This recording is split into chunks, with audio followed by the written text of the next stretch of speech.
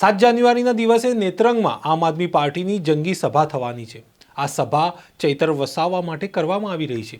આ સભામાં પંજાબના મુખ્યમંત્રી ભગવત માન અને દિલ્હીના મુખ્યમંત્રી અરવિંદ કેજરીવાલ આવવાના છે, જેને લઈને આમ આદમી પાર્ટીના જે લોકો છે તે પ્રચાર પણ કરી રહ્યા છે, નેતાઓ પણ પ્રચારમાં ઉતર્યા છે। ત્યારે આજે જે કરસન બાપુ છે આમ આદમી પાર્ટીના નેતા, તેમણે લોકોને આહ્વાન કર્યું હતું, જેના વિશે હું આપની સાથે આ વિડીયોમાં વિગતવાર વાત કરીશ।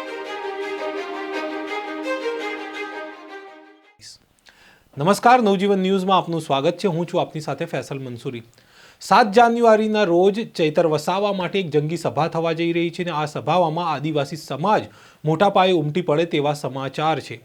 પરંતુ તે પહેલાં હાલ આમ આદમી પાર્ટીના જે નેતાઓ હોય, પ્રમુખ હોય, નર્મદા જિલ્લાના પ્રમુખ હોય કે પછી ભરૂચના જિલ્લા પ્રમુખ હોય, તમામ પ્રચારમાં લાગી ગયા છે અને ભરૂચ જિલ્લાની જે આ અલગ અલગ વિધાનસભા સીટો છે તેના પર જઈને ચૈતર વસાવા માટે પ્રચાર કરી રહ્યા છે। તેઓ ડોર ટુ ડોર પ્રચાર પણ કરી રહ્યા છે અને આ સભા વિશે લોકોને જાણકારી આપી રહ્યા છે। આ ઉપરાંત ચૈતર વસાવા પર જે કેસ થયો છે તેને લઈને પણ તેઓ લોકોને જાગૃત કરી રહ્યા છે અને જણાવી રહ્યા છે કે કેવી રીતે આખા કેસમાં ફસાવવામાં આવી રહ્યા છે અને પોલીસની કાર્યવાહી પર પણ તેઓ સવાલ ઉઠાવી રહ્યા છે।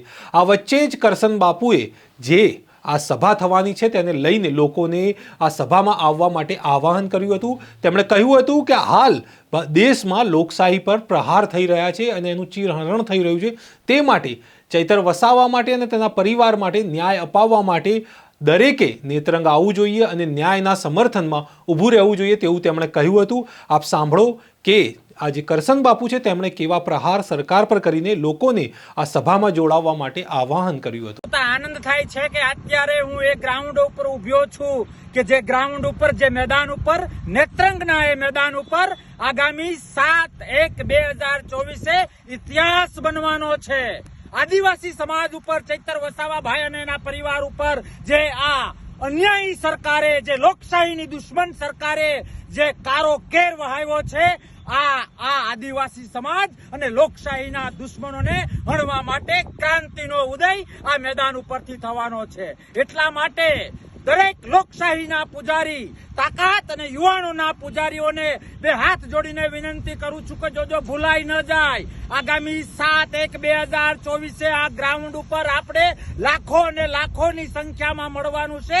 રાષ્ટ્ર માટે મળવાનું છે, લોકશાહીના રક્ષણ માટે મળવાનું છે, બહેનો ઉપર જે અન્યાય થાય છે એના માટે મળવાનું છે।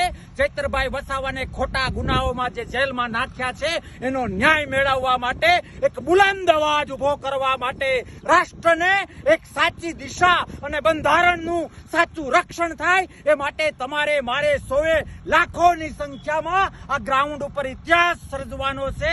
આ ગ્રાઉન્ડ ઉપર પૂરું વિશ્વ નોંધ લે એ ટાઈપનો લોકશાહીનું રક્ષણ કરતો કાર્યક્રમ કરવાનો છે। ભરોસો છે મને તમારા ઉપર કે કોઈ પણ રીઝન આપ્યા વગર બધું જ સાઈડમાં કરીને લાખોની મેદનીમાં આપણે 7 તારીખે અહીંયા મળીએ છીએ। જય હિન્દ, ભારત માતા કી જય, જય લોકશાહી, જય આદિવાસી, જય આદિવાસી, જય આદિવાસી। તો આ હતા આમ આદમી પાર્ટીના નેતા કરસન બાપુ, જેમણે લોકશાહી બચાવવા તેમજ ન્યાય માટે નેત્રંગ આવીને ચૈતર વસાવાને સમર્થન કરવા જણાવ્યું હતું। તેમણે પોતાના આક્રમક અંદાજમાં લોકોને ન્યાય ખાતર, એટલે કે કમસે કમ ન્યાયના સમર્થનમાં આવીને ઊભા રહેવાની વાત કહી હતી।